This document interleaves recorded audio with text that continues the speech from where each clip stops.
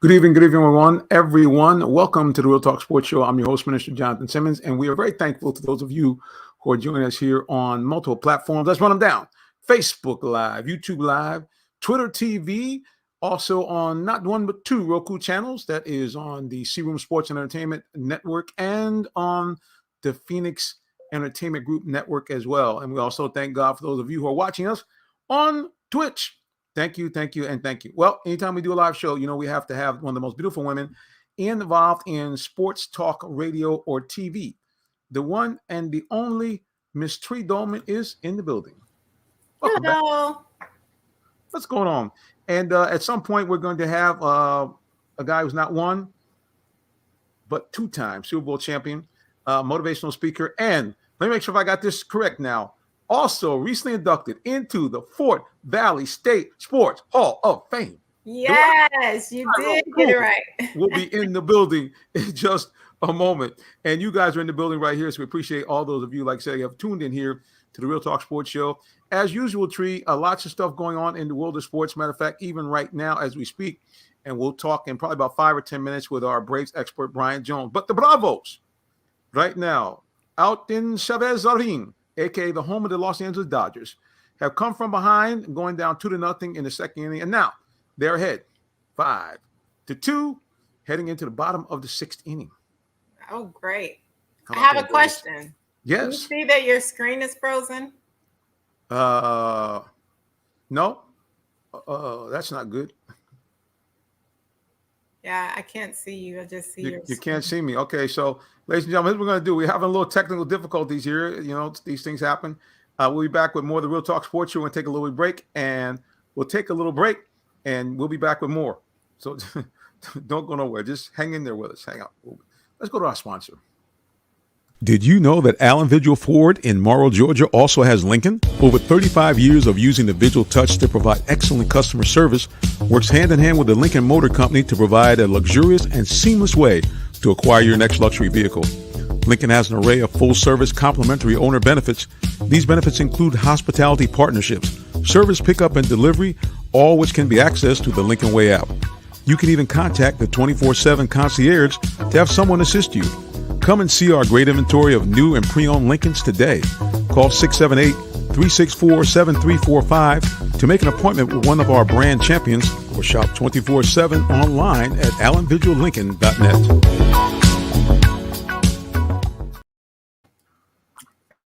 The day has arrived. It's time to let more people know about your business. You have the right marketing plan and the messaging in place. But do you have the right messenger? Good advertising and promotions need a professional sound so the message can be clearly understood. Don't leave your brand image to chance. Let our team of voiceover experts at CME lend you a hand. Give us a call at 678-304-8121 to find out how we can partner with you to give your business its voice.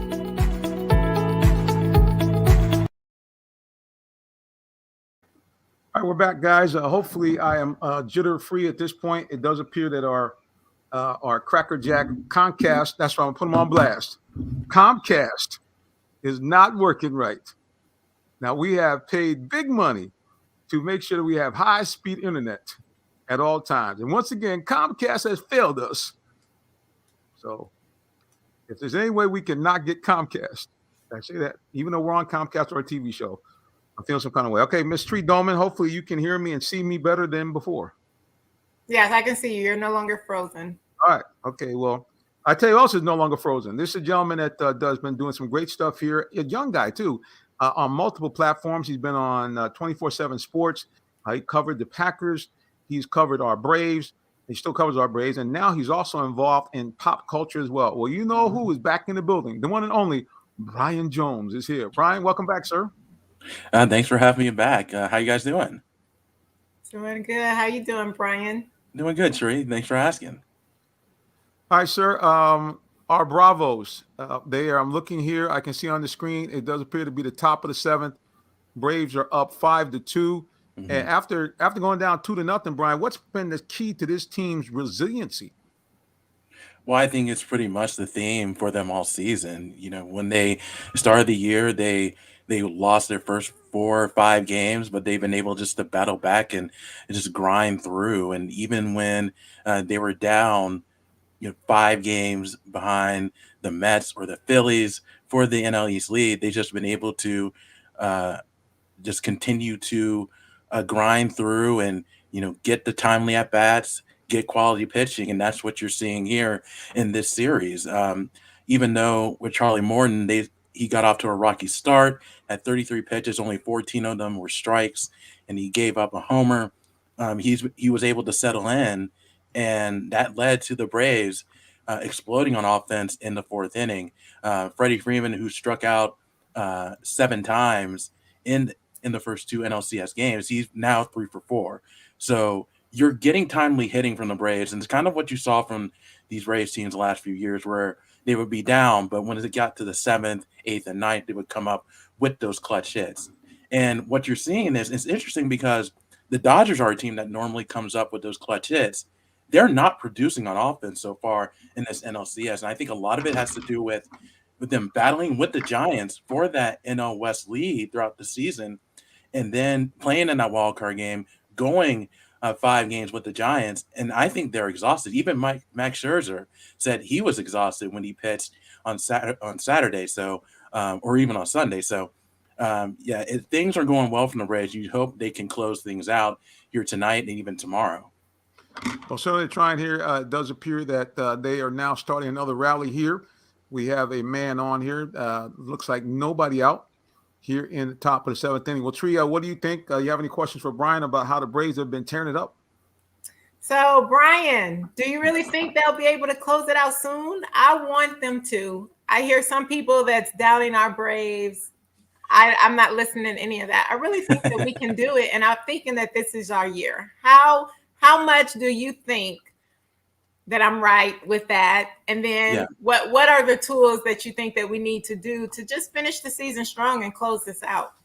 Well, Tree, the interesting thing is, even though the Braves only won 88 games throughout the regular season, they are probably the hottest team in all of baseball. Mm-hmm. They went on this run where they were 17-3.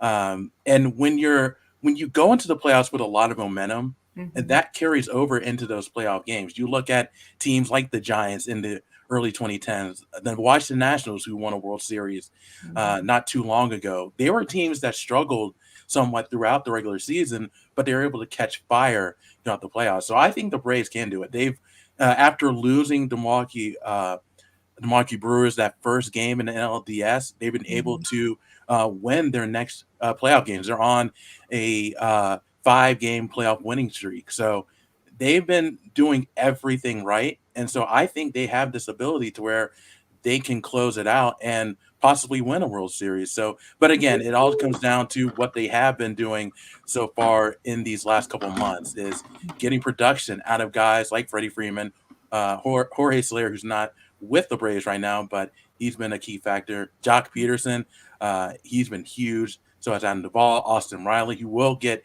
MVP votes. And then the pitching as well. When you have Charlie Morton and Max Fried as your 1 and 2 guys, and even Ian Anderson, who has performed well in the playoffs, that's a recipe for a World Series team. So I think they have this ability to win their first World Series in 26 years. Think so too. I'm hoping. Oh yeah, absolutely.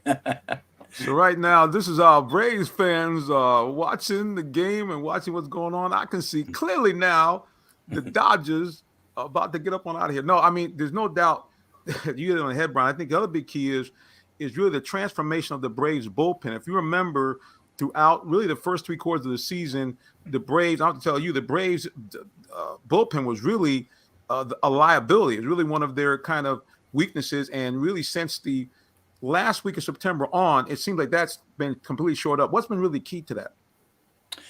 Well, I think one of the constant things with the bullpen is Tyler Mastic, your middle reliever. He's been the one that's been really strong throughout the year.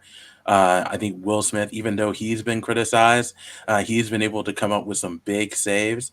You just hope that when it comes down to it, when he gets those opportunities here later, that it's our clean innings and he doesn't have too many runners or have too many walks. So he's been doing well. Luke Jackson, who Braves fans have been on the last couple of years. He's really had a great year. AJ Mentor is able to figure things out. So I think it just really come down to these guys being able to fix some things that the issues that they had through at the beginning of the year, and just able to settle in.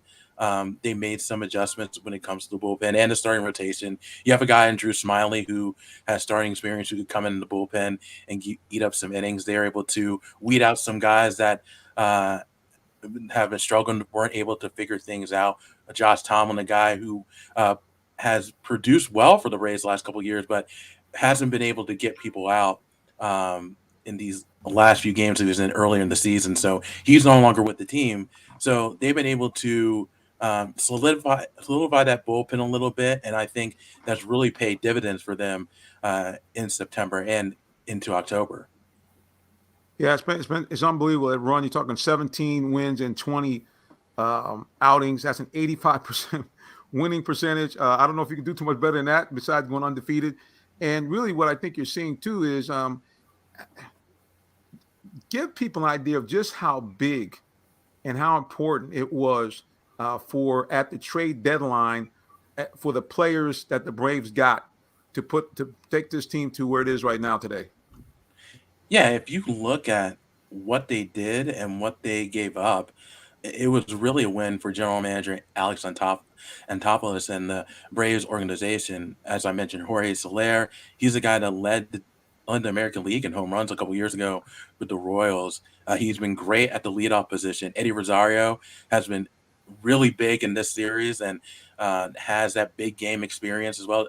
We know what Jock Peterson has done with the Dodgers, and he wanted to stay with the Dodgers, but the Dodgers said no, and now they're paying the price.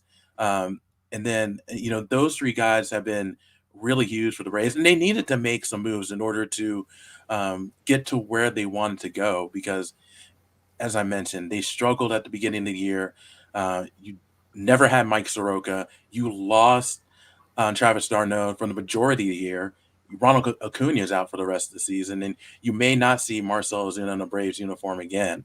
So those trades have been huge. And again, you didn't give up much in order to acquire these guys, whether it's just top 20 prospects or Pablo Sandoval. The Braves really didn't give up a whole lot. So that was huge for the Braves moving forward. If they didn't make those trades, they wouldn't be in the position right now. I don't think they would have made the playoffs. And the crazy thing is you talk about the fact that Peterson, who was kind of a Braves killer last year, doesn't go back to the Dodgers because they couldn't sign him. And meanwhile, the Braves, after letting Duvall do the same thing, get him back. Yeah. Man. They were able to come put some stuff together. Tree, any more questions for Mr. Bryan? No, he pretty much answered everything. I'm just really excited to see what's going to happen. And like I said, that's the main thing I want to know if he thought that this could be the year, because I do think this could be the year. And I really want to see the Braves win a World Series. So this could be the year. I'm rooting for the Braves. And, I always love when you come on the show, Brian. You have all the information that we need about the Braves. And it's always good to hear. Well, that's why we bring him on because this is going to be a historic run. I think you hit it on the head, Tree. This team just looks ready, Brian. The other thing, it looks like the team, one of the things you've heard me say a couple times in this show is that Atlanta area teams, and I'm throwing in the Georgia Bulldogs and Georgia Tech, everybody in that lump, is they seem to be missing the clutch gene. But this Brave team, that doesn't seem to be the problem. No, and I don't think it's not just one person. It's a number of people. Freddie Freeman hit that homer against the Brewers to take the Braves into the NLCS. Jock Peterson hit that home run on Sunday. Eddie Rosario had that game-winning single to put the Braves 2-0 against the Dodgers. Ozzie Albies, Dansby Swanson, Adam Duvall, Austin Riley, all of them throughout the season have come up with clutch hits. And I think that's been the biggest key for the Braves, and which is why I think they have the ability to win a World Series. The reality of it is all 4 teams that are allowed can win the World Series. It's just a matter of who can be clutch and when it matters the most, and the Braves have proven that. So, having one clutch guy is big for any team. Having 3, 4, 5 guys who could come up with plays when they matter the most, that's what makes a championship team. Yeah, I think you hit on the head, man. I just look at this team, and they kind of remind me a little bit of the Hawks, except they have a little bit more seasoned players. They look like they're on a run. They look like they're not afraid, and they look like they're coming for some payback. And I know for the Braves fans, now I'm kind of a Red Sox guy, so I'd hate to see this, but I think the Braves fans would want them to finish off the Dodgers and to take on the Houston Astros, get a little payback from 2005. And then the Braves could close the book on this whole idea about we can't win. Oh, absolutely. I think, it's interesting because before last season, the Braves haven't won a series in like 15, 16 years, and they were able, to beat the Reds, to beat the Marlins, and they couldn't quite get past the Dodgers. And I think based on what the Dodgers have done to the Braves in the playoffs the last few years, going back to 2013, I think the Braves are hungry. They've learned from their mistakes. They have that playoff experience, and it would be fitting for them to beat the Astros, because if it's a Braves and Astros series, I think the whole country will be 100% behind the Braves based on what the Astros have done over the last few years and the controversies they've been in the last couple of years. So that would be a really interesting series. Astros are a good team, no doubt about it, but I think that would be a good matchup for the Braves. Yeah, the Astros are known to be some cheaters. That's why I had to throw the shades out right quick. Well, Brian, listen, now, before you go, as we always do, let people know more about you and where they can find you on social media and website. You know how we do it. Brian Jones, the floor is yours. I appreciate that. As always, I'm the sports writer and entertainment writer for popculture.com. You can find all my work at popculture.com or popculture.com/sports. Last month I interviewed Neil Long. That story came out today, so be sure to check that out on popculture.com. Also, I've done interviews with Matt Ryan, Joe Montana recently, Shaquille O'Neal. So be sure to check all those out. Austin Eckler, running back for the Los Angeles Chargers. So be sure to check out all those stories and videos on popculture and popculture.com/sports. You can follow me on Twitter. That's at Brian Jones _93. And I also have a podcast called Always Football Season. We'll come out with a new episode here soon, so be sure to check out Always Football Season wherever you get your podcasts. You also check out the Facebook page, facebook.com/Always Football Season. You can also follow me on Instagram. That's at Brian _L_Jones.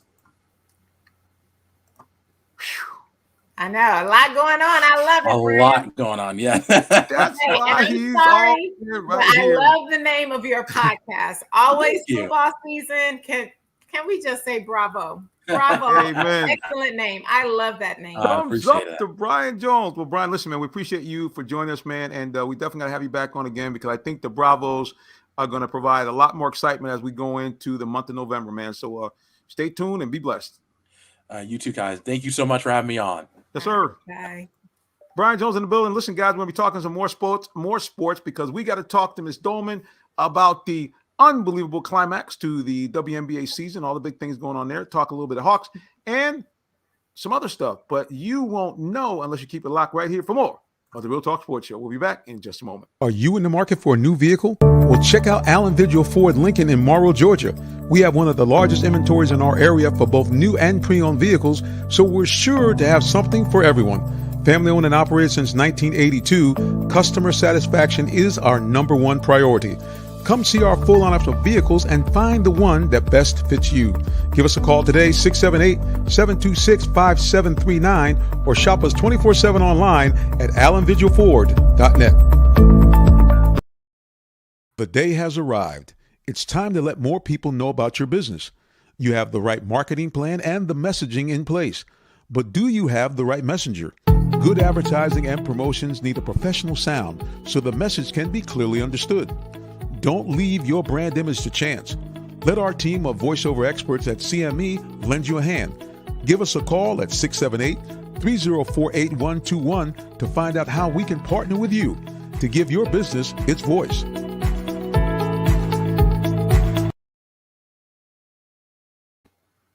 We're back here on the Real Talk Sports Show, broadcasting to you on multiple platforms. Appreciate those of you joining us, however you're watching us. Also, those of you who might be listening to the podcast, we're going to be resuming that, and we're going to put on some of our past episodes. So stay tuned for more information about our podcast. Right now, we broadcast on Blog Talk Radio. That's one of the spots where you can hear our podcast. But also, we understand that's a direct feed also to the Google podcast as well. So again, stay tuned. Real Talk Sports Show starting to come to some earlobes near you. All right, Tree, WNBA, I don't think they could have scripted it any better. The Chicago Sky are the new WNBA champions. Talk to us a little bit about that. And that I know you're happy about that, Jonathan, because you kept saying how you wanted them to win when I thought Phoenix was going to. And of course, I say that because I want to shout out the hometown hero, Miss Diamond DeShields. Yeah, brings it home for Atlanta. Well, actually for Chicago, but being an Atlanta native, we're very, very appreciative to her. And big shout out to her, and big shout out to her mom, Tisha DeShields. So I always tease her. It's like the Sports Factory. Her brother actually plays Major League Baseball as well. But anyway, WNBA 25th season, and it was epic conclusion to the season. Count it. So, as you have heard, the Chicago Sky have won the WNBA National Championship for the 25th season of the WNBA. Count it, right? That's all I'm going to keep saying, because we know this season is all about counting it. Candace Parker has won her second NBA Finals. Awesome sauce. So now let's get with some stats. Kalia Cooper wins the WNBA Finals MVP. She balled out. We had Allie, who scored 26 points. Candace Parker had a double-double with 16 points, 13 rebounds. Corndi Vandersloot, we know that she is the queen with throwing assists. She had 15 assists. She also just missed a triple-double. Was it triple-double or double-double? She was one rebound shy of a triple-double. So had she scored one more rebound, she would have had a triple-double. And Brittany Griner, though, with the Phoenix, she had 28 points. So Brittany was balling. But unfortunately, Phoenix lost. So the Chicago Sky won 3-1. They are our champions, our national champions. It was so great to see Candace Parker. Yeah, they're number one. It was so great to see Candace Parker sharing that moment with her daughter and just how happy their team was. And it was something that I saw that she said in the interview, which is something that I always tell people as well, where she talked about how the media was doubting them and just different people. And she said, it's pretty much like let your success do the talking. So you don't have to respond to people when they're being negative. You don't have to explain yourself to people when people are questioning you, questioning your integrity, questioning whether you're good enough or not. Let your success do the talking. And so that's what she was saying, is that they just continue to work hard and they let their success on the court do the talking. Mind you, they went in a number 6 seed. So number 6 seed are national champions. So it just goes to show, once you get to the playoffs, all the seeding is out the window. The first championship for Chicago Sky. So congratulations to the ladies and the coaches and the general managers, just everybody that's in that organization. The national champions for the 25th season of the WNBA.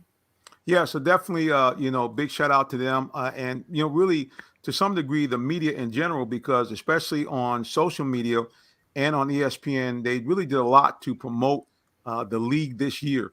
They had a really great group of highlight tapes that they ran on Instagram. They got a lot of views, a lot of eyeballs. And I think the ladies, for the first time that I can remember, were really a bit more vocal on telling people, hey, I don't know what you guys have been talking about, but if you want to watch some exciting basketball, you guys need to tune into us. And I think that message resonated because the ladies did. I mean, they balled out. I mean, there were some great plays. There were buzzer beaters. There were big-time clutch plays late in games. And it really was must-see TV for a lot of it. And then I got to admit, too, the ladies bringing out the swag and style, now doing like the fellas do in the pregame fashion show. I was like, what? So, I mean, yeah, definitely just kind of a lot of high energy vibe coming forth from the ladies. Big shout outs to what's happening with the WNBA. And like I said, hopefully they can continue the momentum because I think they got a little right now. Oh, definitely. And let's not forget to talk about how awesome this logo is with the 25th season. Oh my goodness. Like, I love it. The sweatshirts, the t-shirts with it's just epic. And so I'm very happy for the WNBA. I'm very happy that they have been in existence for 25 wonderful years. I remember when I was growing up, there was no WNBA. We didn't have that to look forward to. My basketball team in high school, we three-peated, right? And had the WNBA come into existence sooner, then that would have been something that I probably would have been like, oh, okay, I wouldn't have stopped playing basketball. I would have continued to play basketball in college, but I did not want to go to Europe to play. There was no WNBA, and who knows? It would probably be a different story for me in the sense of basketball. But I am very happy and proud that there are young girls who can turn on their television and they can watch women balling out, playing basketball professionally in the United States, and they can go to the games and support, and they look up to those players. And I am just really happy for all of the teams and all of the ladies that are just making a great part in history. So keep up the great work. Can't wait to see the next 25 and beyond. Yeah, no doubt. Good stuff. You just couldn't ask for anything better. Like I said, a lot of it was really must-see TV. The ladies, like you said, they balled out, and we look forward to seeing what they're going to do in the upcoming years to come. Because, like I said, I think they have some good momentum now, and they just have to build on top of it, from there. Well, you said a little something about high school, so we're going to try to see if we can get a little bit of a clip from our high school game we covered last week. Unfortunately, Tree, we've had a lot of blowouts lately. We've had Terra Stadium has been we've seen a 63-0 game. We've had a 56-6 game. And then last week, unfortunately, we had a 51-15 game. So a lot of blowouts. So let's take a quick look and a quick peek at high school as we talk to the coach. Hopefully you guys will be able to see it and hear it as we give it to you right now. You're talking to the head coach of Victoria's Mondays Mill Tigers. Coach, what was the key coming out here to Terra Stadium and getting this win tonight? One of the things we focused on all week was trying to get our offensive line to be more assertive up front, give us an opportunity to run the football. We knew Forest Park was going to load the box up. We got a special back there, number 2, Jared Gibson, trying to come up with a scheme that would give him a chance to do some things that he does special as far as when he carries the football. I was very pleased with the offensive line. Still got a long way to go as far as making executional things, be more proficient, being more proficient with not getting penalties. We get too many penalties called. We got drives starting, but the whole focus this week is about our offensive line. Yes, I was Mondays Mills head coach. Like I said, they did a yeoman job. Their number 2, Jared Gibson, ran all over Forest Park. We don't have the exact stats, but he had close to 200 yards on the ground. They were just explosive. And here's the crazy thing, Tree. The score was 14-12 at the half. Oh, wow. Yeah, they got all of this after halftime. After halftime, yeah. Unfortunately, Forest Park, a lot of it, they shot themselves in the foot, had some unfortunate penalties. They had to pick 6. They had fumbles. Everything that could possibly go wrong with a football team went wrong with Forest Park in the second half. So, but hey, big shout out to Mondays Mill, because even in spite of that, like I said, Jared Gibson, number 2, he was explosive. I think he scored, it was 3 touchdowns and close to 200 yards on the ground. If not on the ground only, certainly combined yards from scrimmage, close to 200 yards. So yeah, they handled their business. We also want to give a big shout out to our friends, the Jonesboro Cardinals, who knocked off Tri-Cities in their game, which was a home game, but they had to play in another stadium because the folks from Forest Parkway at home. So again, we want to give a big shout out, guys. Follow them on social media. Jonesboro High School at JHS Cardinal Football and at JHS Cardinal FB on Twitter. So guys, check them out. Listen, we're going to take another quick break, and then we're going to come back and talk a little football. You're listening to more of the Real Talk Sports Show. Don't go nowhere. We'll be back with more, okay?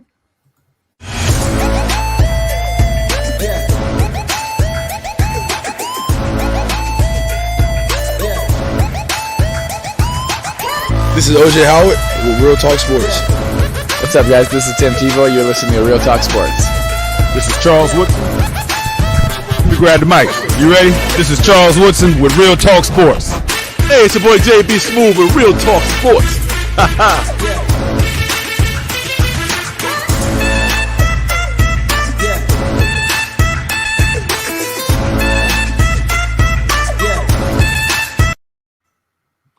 And we're back here with the Real Talk Sports Show. And what we're going to do, guys, before we get into our football segment, the other thing I did, Tree, was something that is near and dear to your heart. I went to the golf course, and we had a chance to look at a group called APGA, and they were working together with the First Tee of Metro Atlanta to let young African-Americans get a taste of golf at a clinic that was sponsored by the good folks at Farmers Insurance. We're going to take a quick peek at that right now.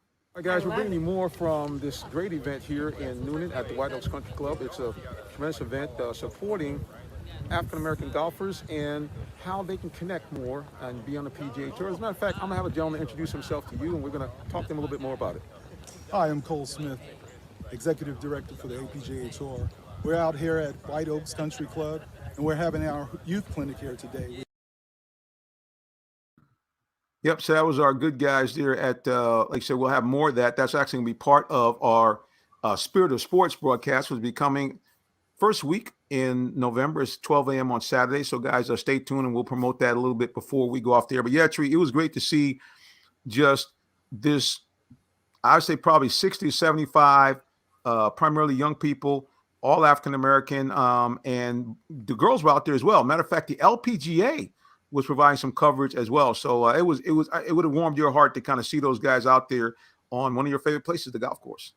It would. I tell people all the time that that's one of the things that my husband and I were very passionate about. And it's something that we discussed a lot, is that we really wanted to have different opportunities for young African Americans to be able to get introduced to golf and be able to golf.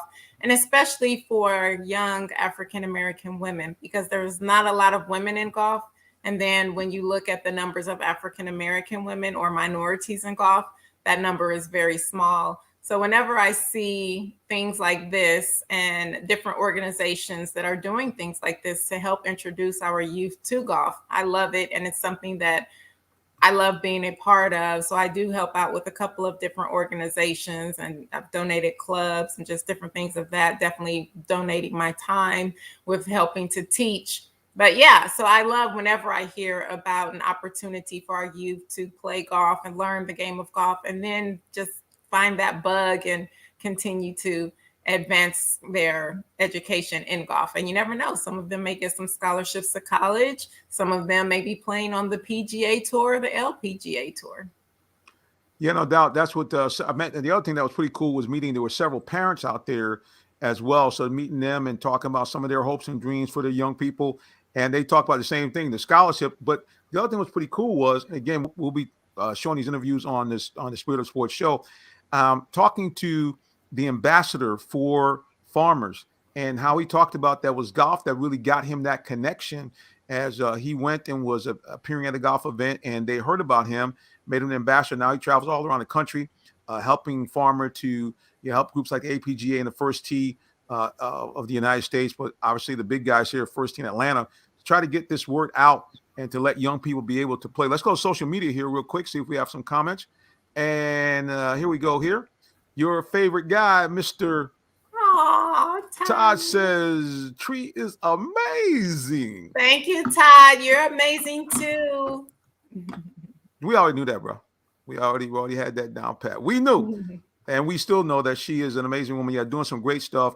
And at some point, guys, like you say again, with this Spirit of Sports program, we look to actually be interviewing our co-host so she can tell you more about some of the things that she has done and is doing in the world not only in sports, but away from sports. So many great things that are going on with her, and really, to some degree, taking some of the pain of the loss of her husband, which I think, if I'm not mistaken, this would have been another birthday for him this year had he still been alive. Yeah, so October the 16th would have been my husband's 60th birthday. Wow. And so it was his heavenly birthday. There you go. And like I say again, we'll get a chance to talk to you more about, how you turned that. We did a little bit on our show, but just to, have you tell people about, like you said, how you took that painful journey, but have turned it now into a blessing for other people. So we look forward to having you join us for that. Well, it's football, and more football, Tree, and in college football, top 25 is out. Did you get a chance to watch any games? Did you check anything out over the weekend? Can I be honest? Yeah. So I was looking forward to seeing so many games this weekend. Oh my goodness. Like, there were some great games being played, but I got a phone call. Our good friend Shanita, who's always in Africa. Yes. Right? So she called me for auntie duty. So I was at her place this weekend, driving her kiddos around. And so, no, I didn't get to see not one football game. Yeah, it's okay. It's okay. I was fresh, but I was on auntie duty, and I enjoyed spending time with my nieces and driving them to the mall and to practice and all of that fun stuff. But I was definitely looking on social media for different highlights and things of that nature. Yeah, so I mean, it's really, when you get down to this point of the season, it's really kind of must-see TV every single week.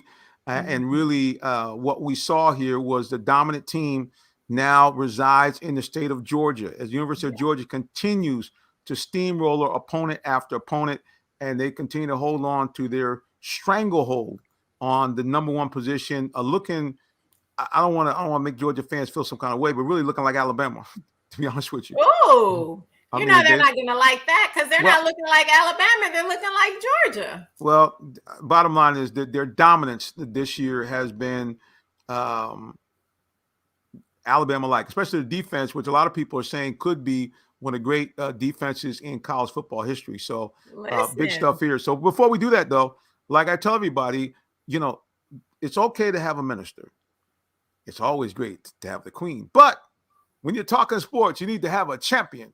And with us, back again, not one, but two-time Super Bowl champion. And we will make sure we get it straight again.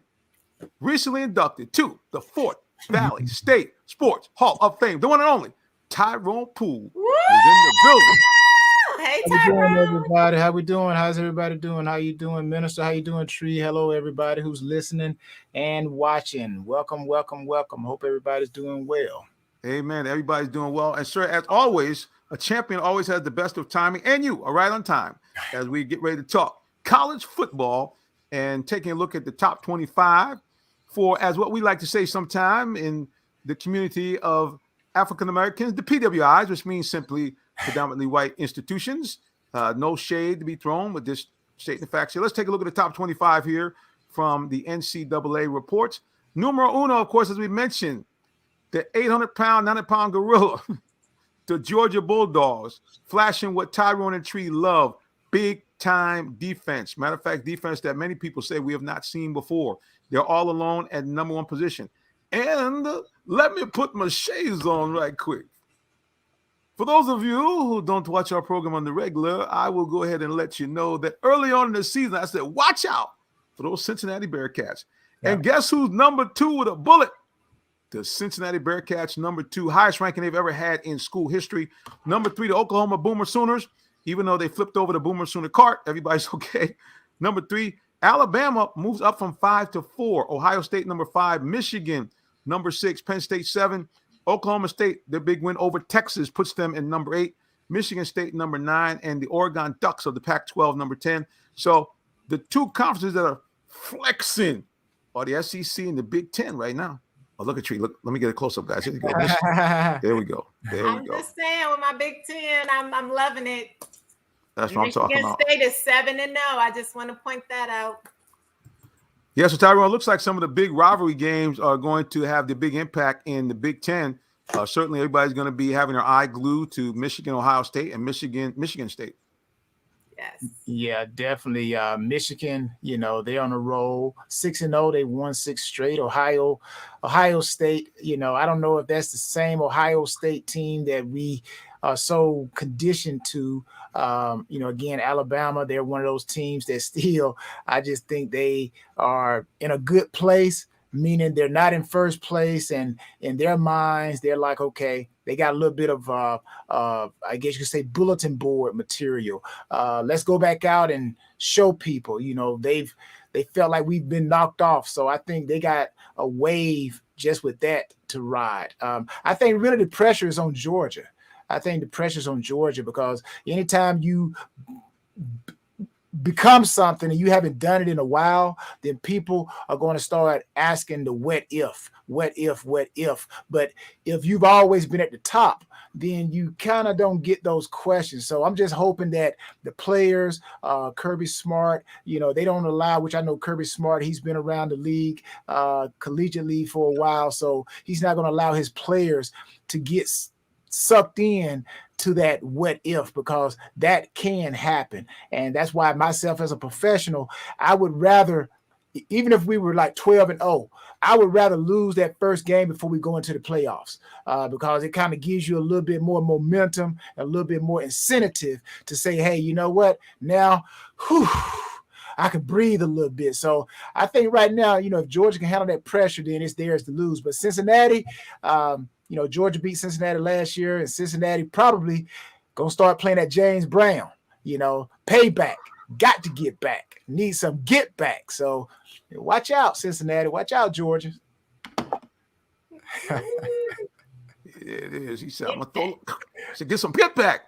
Get some James Brown, another Georgia native. We appreciate him. Speaking of a native, we got a guy that always likes to chime in on our show.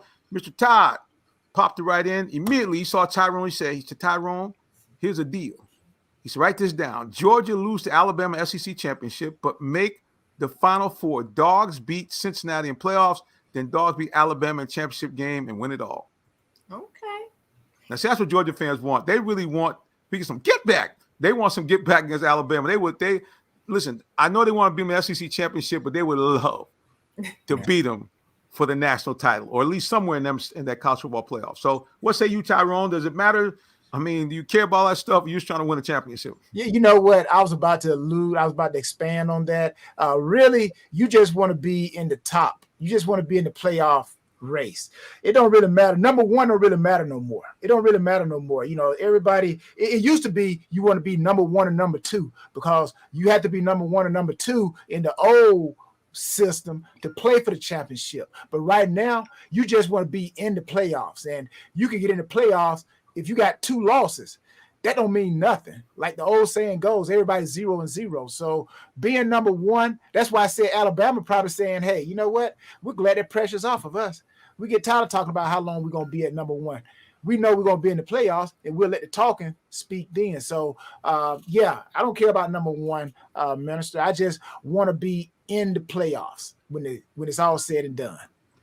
Yeah, so at the end of the day, I mean, with the Bulldogs, I think their biggest thing here is not only to block out the noise, but also to, stay settled on the hot hand at quarterback. All right, now Stetson Bennett, man, he's been tearing it up.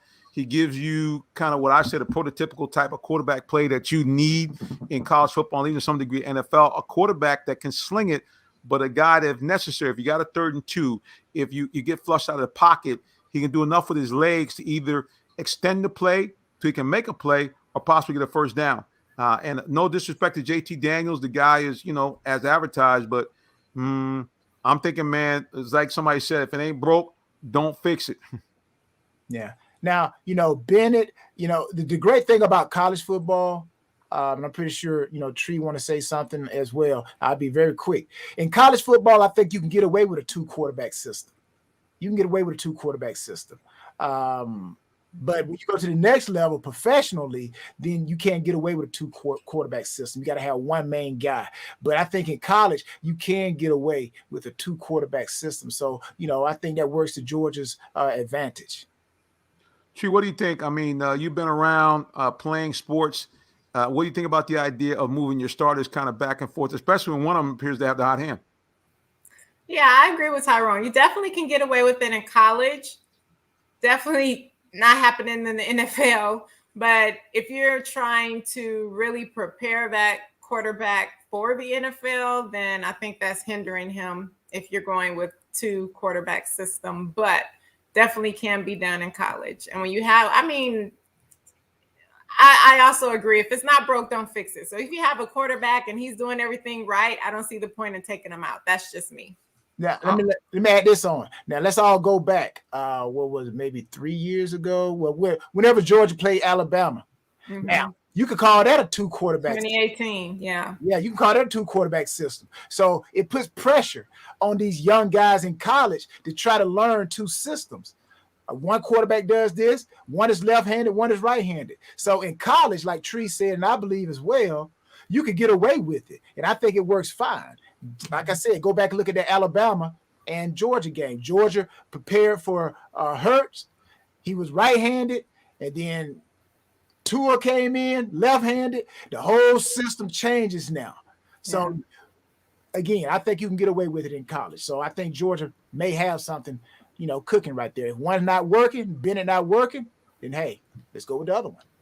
Well, no question, that scenario that you just talked about, that's what I've always told people about in terms of having a coach that puts winning titles above, your personal feelings, and having players that buy into that. Because, I told somebody the other day, Jalen Hurts, the way he reacted with Tua after being pulled, this is a guy that had a strong resume, had been to 2 national title games, one of them himself, and for him to be pulled in that situation, but he reacted well. But at the end of the day, I don't know if Georgia necessarily has that with JT Daniels and Stetson Bennett. I don't know if it's at that level, but at the end of the day, the like you said, it's for the Bulldogs really to lose. They're in a perfect spot here. They have the right defense. The question is going to be, can they get by the stumbling blocks, i.e. Florida, who's wounded right now. I think their coach is going to end up like Ed Ogeron, is going to be fired. But they have a dynamic quarterback as part of their 2 quarterback system, a guy that kind of is the successor to Tim Tebow, which if they get unleashed on the Bulldogs, they're going to have their hands full, man, because this kid not only can sling, but, man, he is just a beast running that football. So we're going to see what happens here. Let's go back to social media real quick. We got our man Todd saying, okay, the only roadblock to Alabama getting back into the SEC championship game is somehow they lose to Auburn, which has happened before. And then he says that's the key for Alabama to get in. They can't lose any more games. There's no doubt about that. No doubt at all. They can't. They can't lose anything else. Well, speaking of can't lose, you guys can't lose if you keep it locked right here to the Real Talk Sports Show. We got to take one little tiny break again, and we'll be back with more of the Real Talk Sports Show in just a moment. Please don't go nowhere. Thank you. Don't go.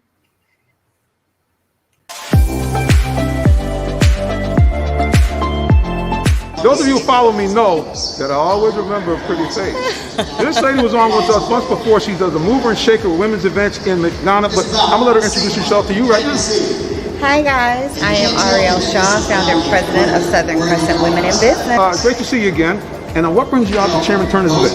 Well, we do cover Clayton County. We wanted to make sure we show support for Chairman Turner as well as support for veterans. Hi, yes, my name is Samantha Adams, and I'm an attorney with Mr. Hope Dennis. And, we wanted to just go ahead and, participate in some community events. And, because we are a member of the Clayton County community. I'm Evangelist Martha Holly in Clayton County. Tell us what brought you out to this ball tonight. Chairman Turner does it for the 5th time now. Yes, all 5th time I've been here. I'm either the one singing the opening prayer or I'm here to support. Even tonight. Hello, everybody. I'm Monica Colbert with the law offices of Fincher Denmark. All right, so what brought you guys out to this event? Let me get the other camera in here. Oh, there we go.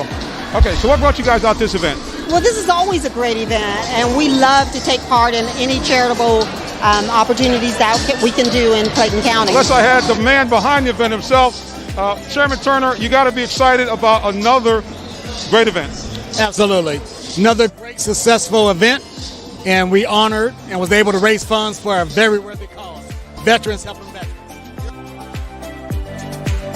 Sports fans, Tune in for live high school football Fridays, 7:30 p.m. on RealTalkSports.net. Check out your favorite Metro Atlanta teams as they do battle on the gridiron. It's your high school game of the week, live streaming free Friday nights on RealTalkSports.net. For more sports coverage and great sports talk, catch the Real Talk Sports Show Tuesdays, 8 p.m. on YouTube, Facebook, Twitter, or Twitch. Brought to you by Allen Vigil Ford in Morrow, a business giving back to their community. Give them a call at 678-364-3979 or check them out online at allenvigilford.net. Yeah, so we want to thank you, all of you watching us, and all the various things that we do. We appreciate those of you tuning in. And we want to give a big shout out to Mr. Allen Vigil, Allen Vigil Ford. Now, I will put in the, kind of the backstory. Actually, I'm an employee of Allen Vigil Ford. And the reason why we ran that last commercial is that those of you who are living in Clayton, Henry County, and in Southern DeKalb, you will now see on your local cable TV that advertisement. And so if you are a business out there and you want to be a part of that, you want to have your ad within that ad, give us a call at 678-410-9833. We are going to start up again in November, and we will have ad space available. It is very, very reasonable, and you will be finding your ad on such stations like CNN, ESPN2, ESPNU, and VH1. Now, how about that? So again, guys, if you are a business, please contact us. We'll be more than happy to make you a part of that program. Like I said, again, we run it. It's on every single day. And it's on, as I mentioned, some of the top TV stations that are available here in the cable TV market. So give me a call, 678-410-9833. And you can jump on board. All right, Tyrone, we're going to switch back to you, sir. HBCUs, what has been happening in the SIAC? I saw there's a lot of big-time games going on with y'all. Yeah, big time games going on. Savannah State, Albany State. Right now, Albany State is the class of the SIAC, followed by Savannah State. I would have said Fort Valley State, but man, Fort Valley came up to Atlanta this past Saturday, and all I can do is shake my head, man. I'm like, everybody in Fort Valley, the water was coming out the hose pipe very strong, and somewhere somebody took the hose pipe and bent it, and that flow kind of shut down. Morehouse beat Fort Valley 51-3. I'm like, what in the world is going on, man? But anyways, Fort Valley still holding on barely to number 3, but right now it's Albany State and Savannah State, which they play this weekend, and we are calling that game. So I cannot wait to see those two teams play. I'm gonna actually get Shannon Sharp. We're going to do an interview with him during the game because, of course, he went to Savannah State. And then Kenny the Shark Gant spent some time with the Dallas Cowboys, and, he's going to come on. So, kind of show what the HBCUs, the schools have put out there. And, ESPN is doing a great job so far as, giving that exposure. So, but yeah, the SIAC, Albany State is the class right now of the SIAC. It's their title to lose. Well, we want to give a shout out here. You mentioned Morehouse. Morehouse coming off 2 back-to-back wins. I think they also knocked off in the Classic Tuskegee for the first time in a few years. Is that right? Yeah, Morehouse. See, that's the thing. You talking about Georgia playing Florida and how Florida, they're wounded right now. Again, when it's a rivalry, Fort Valley, Morehouse, their rivalry, Fort Valley, Albany State, anybody in the SIAC is a rivalry, okay? So Georgia plays Florida just because that Gator got one leg and the other leg is tied up. It still could bite you. So Fort Valley thought the Maroon Tigers was theirs for the picking, and they showed up on homecoming, and Morehouse said, we're not losing our homecoming, Jack. So, any means necessary. They end up beating Fort Valley 51-3. So hopefully that doesn't happen to Georgia. They go, play Florida, and, Florida come up biting. The chomp, they come. Well, Tyrone, it's funny how things always segue, sir. You said something about biting, and unfortunately, the clutch gene left the Braves for a moment, and the Dodgers show why they have won 5 consecutive, or I should say 5 division titles in the last 6. Bottom of the 8th inning, 2 men on, 1-2 count, and that ball is in the seats, and we got a tie ball game, sir. The Dodgers have just tied the game on a big 3-run homer here in the bottom of the 8th, so we have a tie ball game with the Braves and the Dodgers. It looks like they're Speaking of clutch gene, looks like their guy, Mr. Taylor, who's been epic for this team in postseason. He launched one into the seats, deep into the right center field. So, bottom of the 8th inning with 1 out still remaining. Dodgers still up. They have now tied the ball game 5-5. Matter of fact, the ball went deep into the right center field bleachers. So we got ourselves a battle down to the end, and you'd expect that. Nothing less from the Dodgers. Like you said, very, very much a clutch team, just like the Atlanta Braves. And just a bad pitch, a high, looked like might have been a high changeup. It just sat up there, man, and he just tomahawk clubbed it into the right center field bleachers. So we might have one going extra. Excuse me, that was Bellinger. Bellinger hit that ball deep into right center as the Braves and now find themselves tied with the Dodgers at 5-5. And we have another base hit for the Dodgers. So they keep on cooking here. They only have 1 out and 1 on. So hopefully the Braves can find some way to hold on. But good news is the Braves are up 2-0. So I'm not going to say they can afford to lose a game, but it's a little bit easier to do that when you have a 2-game cushion versus a no cushion at all. But Tree, didn't they have that last year? Didn't they have that last year? They sure did. Last year they were up 3 games, so that doesn't matter. Yeah, if they lose this game here, everybody go like, here we go again. So I'm like, whoo, talk about pressure. If the Braves lose, do they start feeling the pressure from the media, their own media? Start talking about last year instead of saying, hey, we still up 1 game. Let's talk about winning the next game. They're going to talk about, I bet you, they're going to talk about, well, last year you guys were up whatever, and the Dodgers came back. Do you have a sense that this is about to happen again? Man, why are you going to speak negativity to the team? That's why sometimes the media, right, man, I'm like, come on, man. Hey, Tyrone, you in the media too, bro. Hey, at least I try to call it real. I'm like, hey, at least, I try to call a spade. I just wanted to let you know you in the media too. You don't try to duck out now. I'm a player's coach, so I'm a player's media. I'm a player's media. Okay. Let me adjust my glasses. I'm player media. You're player friendly media. Okay. Well, Ms. Tree, you heard Tyrone talk about the SIAC. Did you see anything that kind of got you excited as a whole, watching just some of the highlights of stuff going on with HBCUs over the weekend? I know you were busy doing auntie duty. Mm-hmm. Well, I don't know if it was this weekend, but I was excited just to see all the things that Deion Sanders are doing for Jackson State University, and the fact that they had a record not only for Jackson State but for all the HBCUs with the turnout. I believe was 5,500. 55. You're in the ballpark. Over 55,000 people. 55,000. That's what it was. Yeah, over 55,000 fans came out for the game for homecoming, and he's just really doing great things, and that's what I'm loving to see, all that he's doing. And then Eddie George is also doing some great things at Tennessee State, and so that just brings me joy, just seeing all of the support and just all of the highlights that he's bringing to the HBCUs. Dal, it shows you in life in general how one man or one woman can make a huge difference in a situation. I mean, because it's not like Deion Sanders. I know we wrong, Eddie George is over at Tennessee State, but Deion Sanders has been a one-man marketing crew. And it's just been amazing how much heat he's generated and excitement around HBCU football, especially over at Jackson State.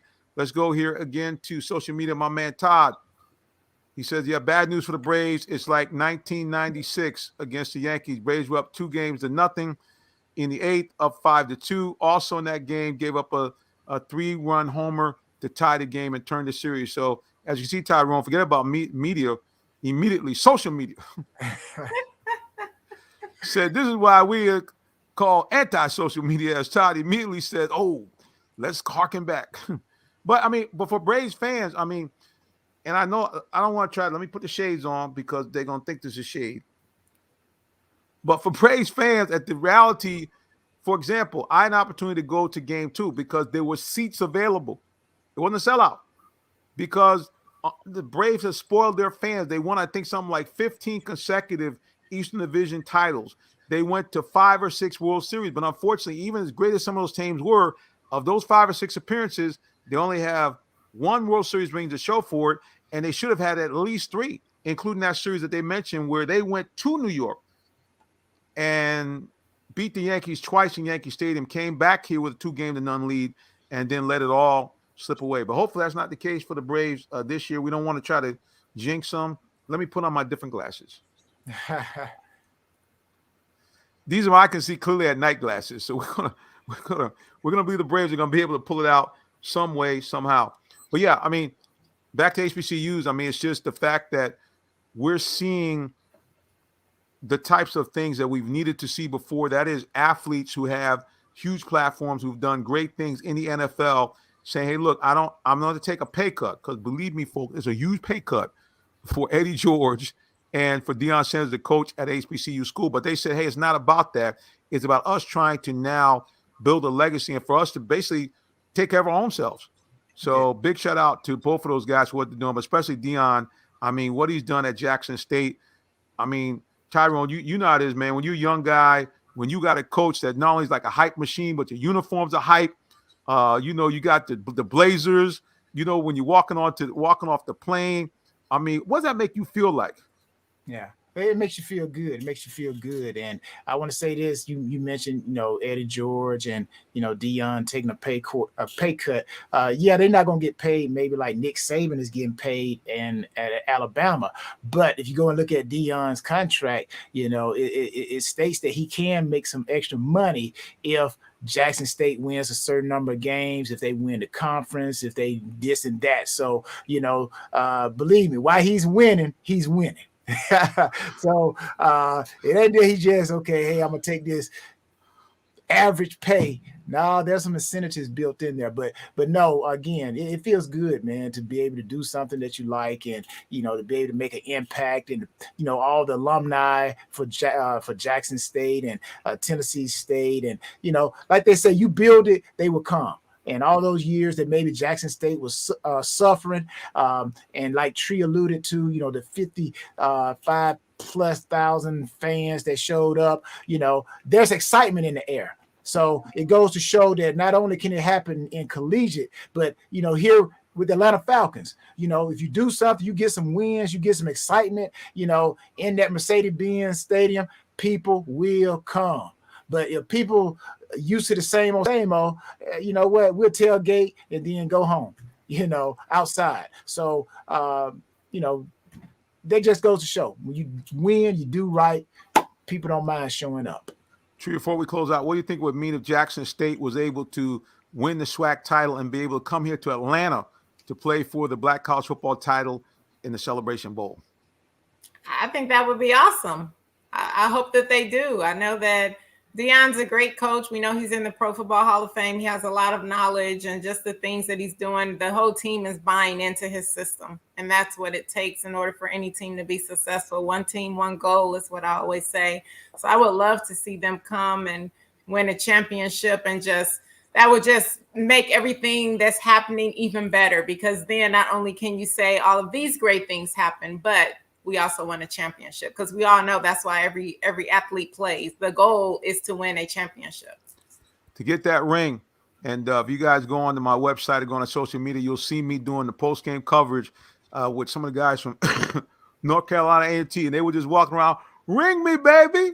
Ring me, baby. That's all they were talking about. I mean, yeah, they were excited to be in Atlanta, excited to be back there, but they wanted that ring. Well, listen, if you want us to ring you can't go nowhere. Because we're going to bring our final segment, a little NFL, and talk our Falcons. We'll be back with more of the Real Talk Sports Show in just a moment. Don't go anywhere, please. Thank you. The day has arrived. It's time to let more people know about your business.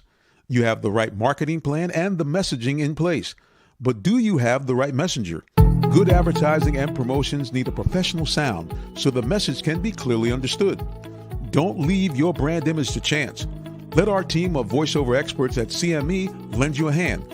Give us a call at 678-304-8121 to find out how we can partner with you to give your business its voice.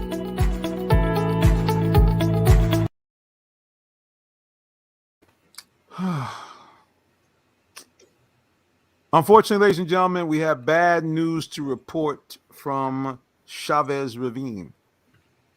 Former MVP Mookie Betts has just come through with a ringing double into right center field, scoring a Dodger player, and now the Dodgers find themselves up 6-5 in the bottom of the 8th, and putting the Braves in a position where once again they will have to come from behind in order to salvage a win, and they're not done yet. With Betts on second base and 2 men out, they may be able to score more. But Mookie Betts come through with the clutch hit to right center field, a ringing double that will bring in another run, and the Dodgers now have the lead, putting up a 4 spot so far here in the bottom of the 8th.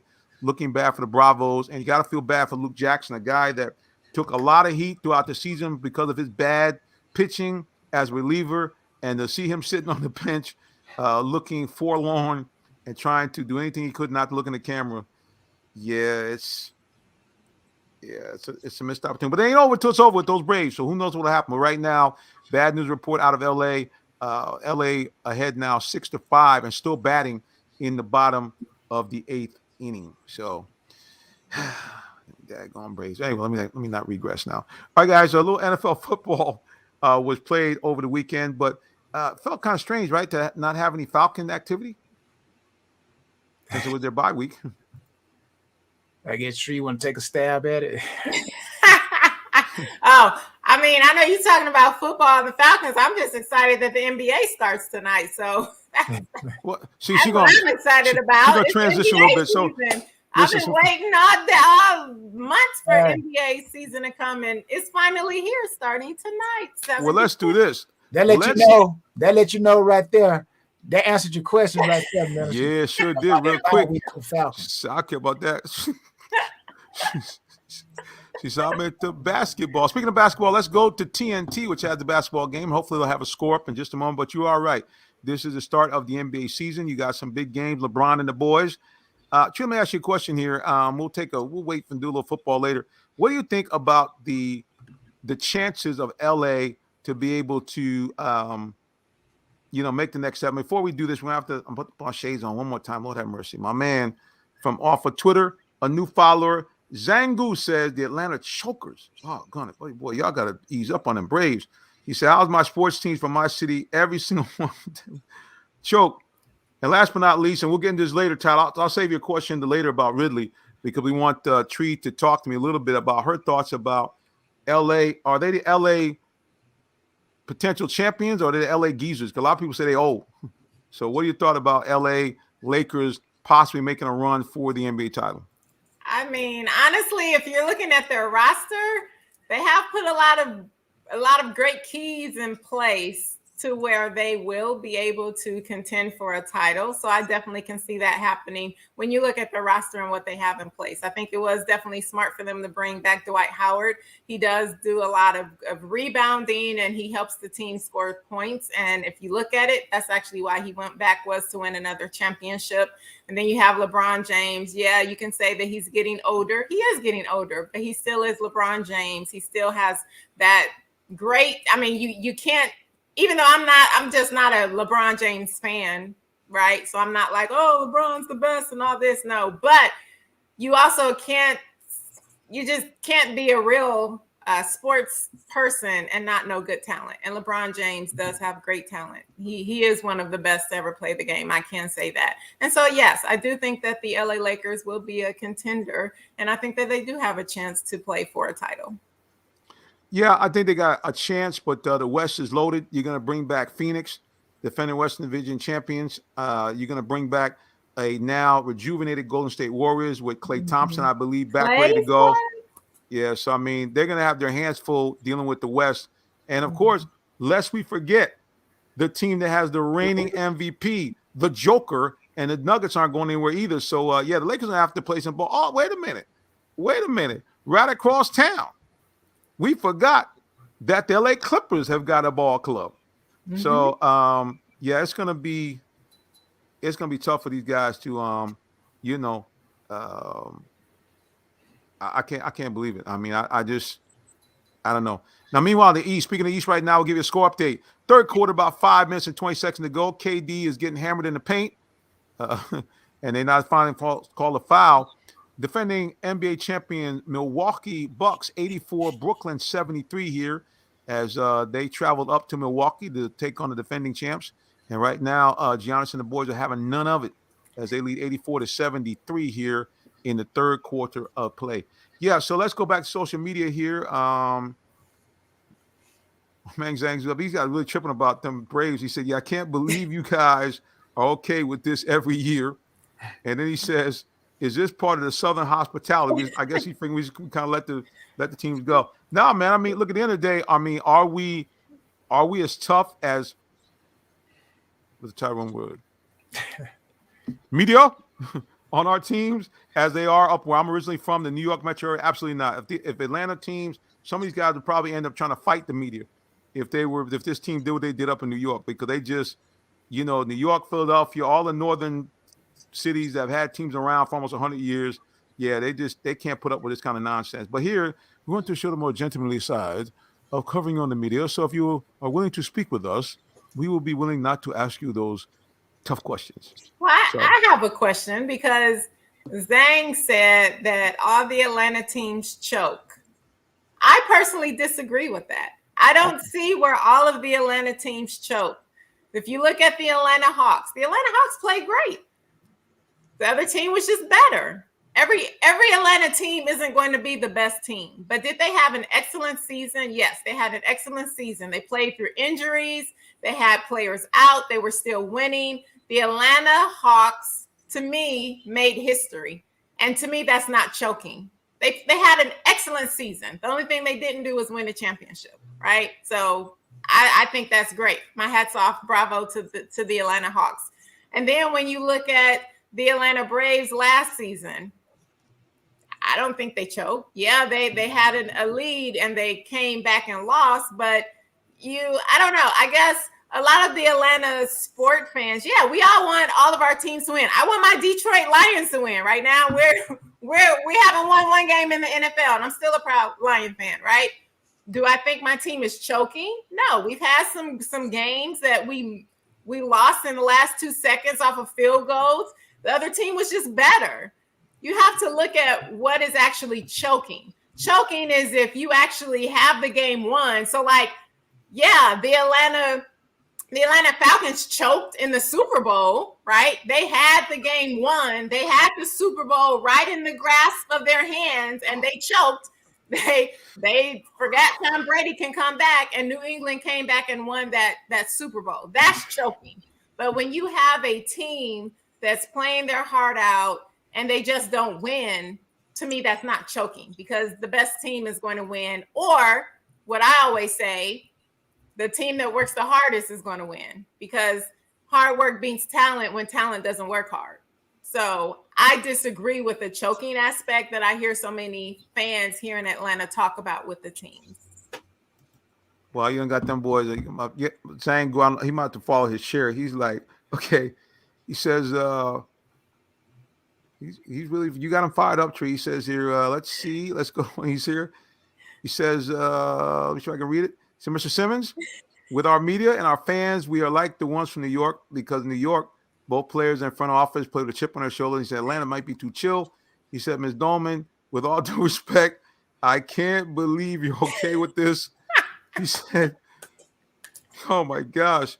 Yeah, he's all excited. Yeah, Ms. Dolman again, he says, just wait until the Hawks blow a 3-0. Yeah, okay. NBA champion. That's all caps here. OMG. All right, that's about enough here. Listen, Zhang Gu. Wait, what did that last one say? Yeah, that last one. Look at that last one up here. He says, OMG, Miss Dolman. I don't know what to say. And you made him spell what wrong. He got what? W-A-H-T. No, that's just when you're typing fast. Yeah, I know. That's what I'm saying. He's so excited. He can't keep up with it.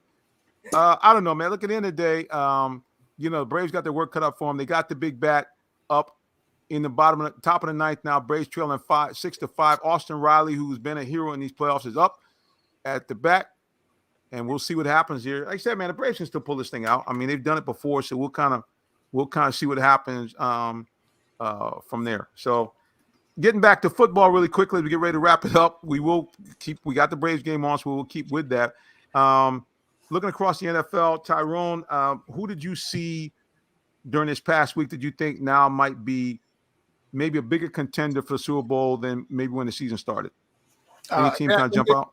Yeah, I gotta say this about the Falcons real quick. Yes, sir. People want to hear about those Falcons, but the bye week.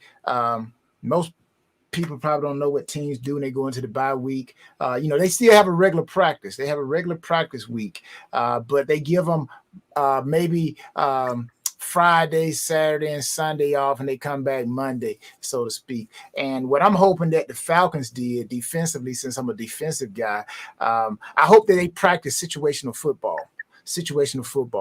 And what I mean by that is, let's go back and look at last night game with the Bills and the Titans. Now, situational football, that last play with the quarterback sneak, I thought that maybe instead of lining up in the gun and then walking up and then try to do the quarterback sneak, I'm like, number one, the defense is already intense.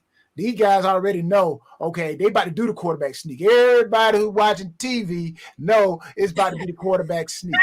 So I'm like, situational football tells me I would have told the offense, let's do a quick shift, hard count, and then quarterback sneak. Get the defense, maybe the defense jumps and you get that automatic right there. But I'm like, you go from the gun and walk straight up, and snap it. Come on, that's situational football. Come on, man. That's how you lose. That's like Tree said. It's not choking. It's situational football. A lot of teams don't know how to play situational football. And those that do, those are the ones that win. But I hope that the Falcons worked on their defense. Sacks, I hope they worked on something to get the defensive line so they can get more sacks. Right now, the Falcons are I think 29th in the NFL out of 32 teams. What they got I think 11. No, they have 29th. The best sack team is the, what did I see here? The best sack team are the Chicago Bears, the Bears. They got 21 sacks, and actually the Falcons only got 9. So hopefully the Falcons did something, work on that D-line to get some pressure on the quarterback, because if you get pressure on the quarterback, then that's going to turn into more interceptions for the defensive backs, which the top is the Dallas Cowboys, which the Cowboys are playing pretty good. So that's, answering your question, Jonathan, coming up, the Cowboys. I know a lot of people that are Cowboy fans out there, but the Falcons right now, as far as their secondary, they only got 1 INT. So they need to work on that thing there if they're going to turn the rest of the season around. And if they can put pressure on the quarterback, get sacks, that leads to interceptions, which leads to low completion rates for the quarterback. And if they can't throw the ball, which this is a passing league, you give yourself an opportunity to win. The best percentage of a team right now, the Buffalo Bills, we see what they're doing. And the Falcons, I think Buffalo is at 58.3% completion rate. All right, that's pretty good. The Falcons, they're sitting at 68. So it's almost teams are completing 70% of their passes against the Falcons. So I hope that during this offseason, this off week, they went and prepared and did some game planning to try to shore up that defense, which I think if you get an offense, more opportunities, I think they can do something. But you can't beat people if you can't stop people. So that's my thing about the Falcons. But I think the Dallas Cowboys, are riding pretty high, man. So that's one team. Another team, the Chiefs. I'm surprised with the Chiefs. Their defense is sucking eggs, man. I'm like, but the Cowboys, I'm like, yeah. And look out for them Green Bay Packers too, man. Aaron Rodgers, he's still the quarterback up there in Green Bay. Yeah, so let's go back to social media here. Everybody is still kind of buzzing around. Guys, I can't get all these comments up because we're in the football segment now. Just get this last one up here. Todd said they're sorry. They take all the Atlanta teams. And my man Zongu says the Bears should thank us, speaking of the Bears, for passing on Justin Fields. Well, at the end of the day, the Justin Fields situation is really, we won't know that for another 3 or 4 years, because certainly Kyle Pitts has shown glimpses that he might be a dominant tight end. So we'll have to see a little bit more. But it's like I told everybody when they first drafted him, no disrespect, but you never heard of a tight end leading his team to a Super Bowl. Because, like Tyrone's mentioned, they're just not on the field enough to necessarily change this. And Zangu said the Falcons choked even on their draft. So, Lord have mercy. It's just, man, let me get him back on here again.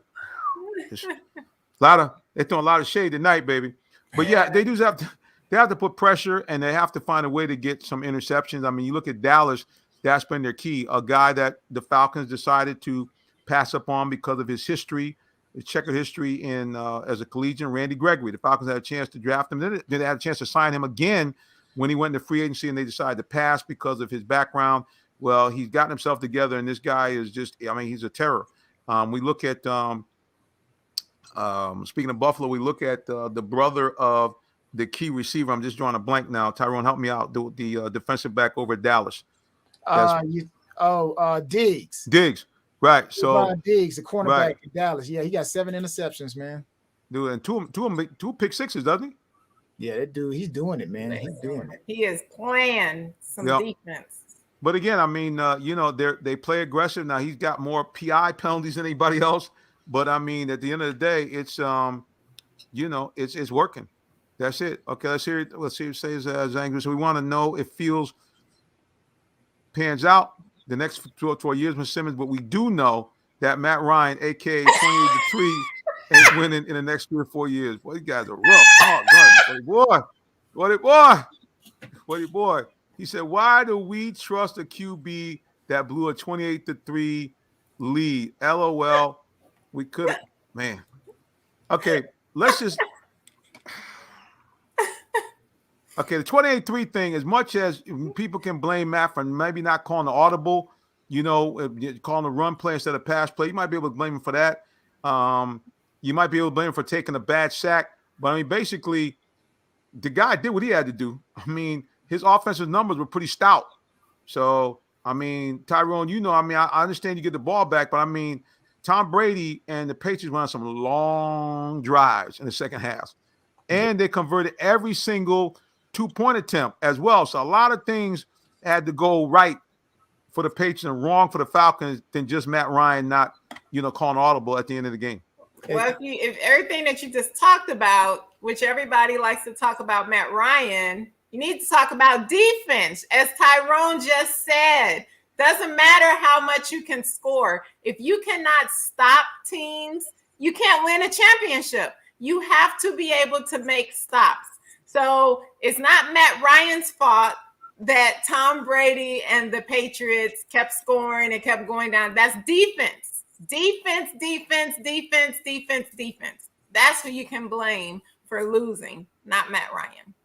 Yeah, and I add on to that, people talk about Matt Ryan, but, Matt Ryan did not miss that block on Dante Hightower that really started that thing that it was already spinning, so to speak, but it really spun out of control when Freeman missed that tackle on Hightower. And, Matt Ryan's not blocking nobody, so his job is to throw the ball. Now, one thing Matt will do, he will throw the ball to the right person. And I think that's why he's still the quarterback with the Falcons, because they see him just like Tannehill with the Titans.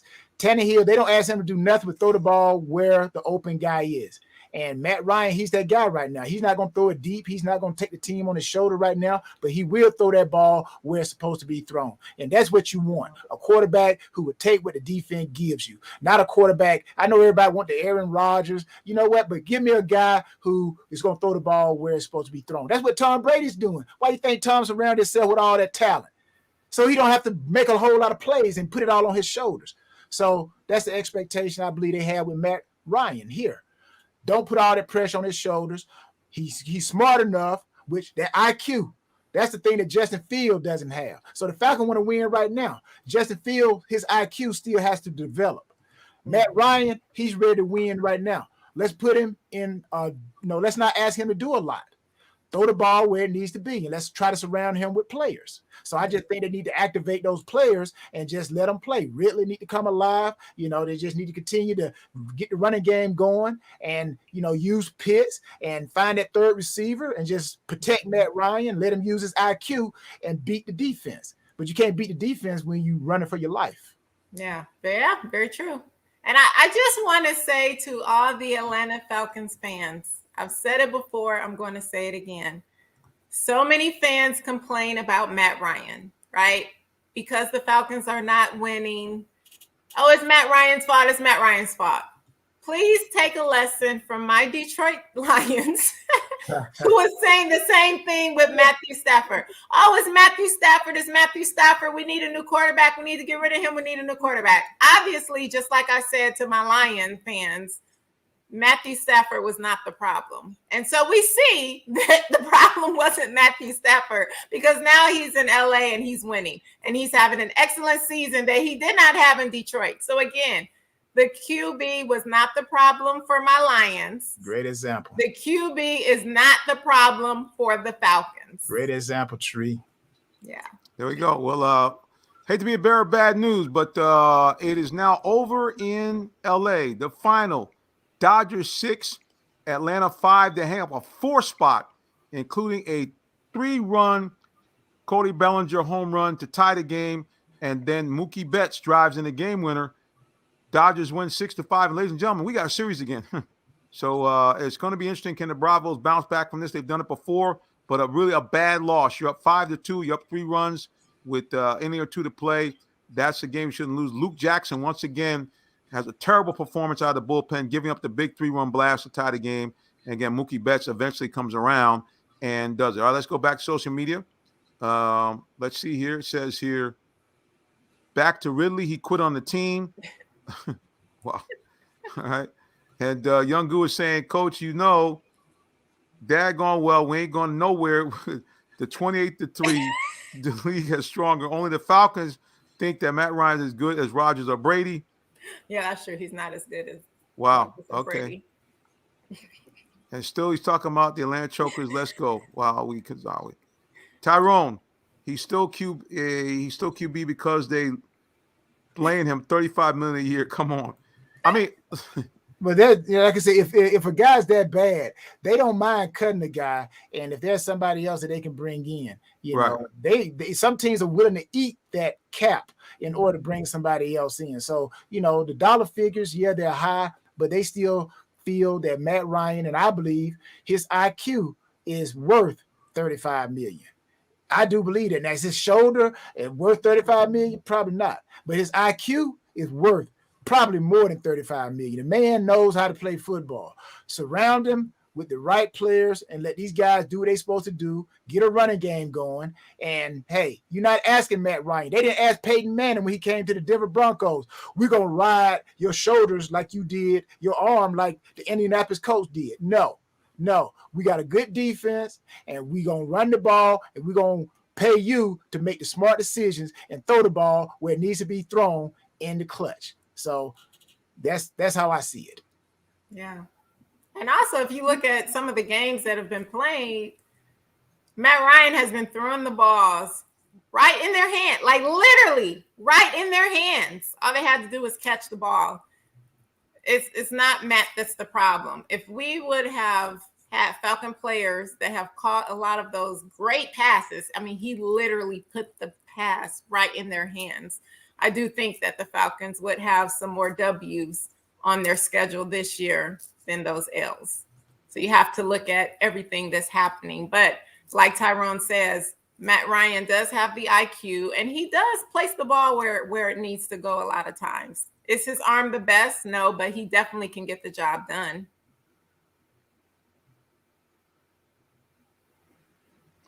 Well, the only thing I can say is that I'm not going to put any more comments from social media, guys. You guys have to chop it up yourselves because we're getting ready to go. But yeah, at the end of the day, we can take a lot of shots at Matt Ryan for what he is in, but you got to just tell the truth. The guys put up some big numbers. I don't know what you're saying about, he had a Hall of Fame guy around him, all kind of stuff.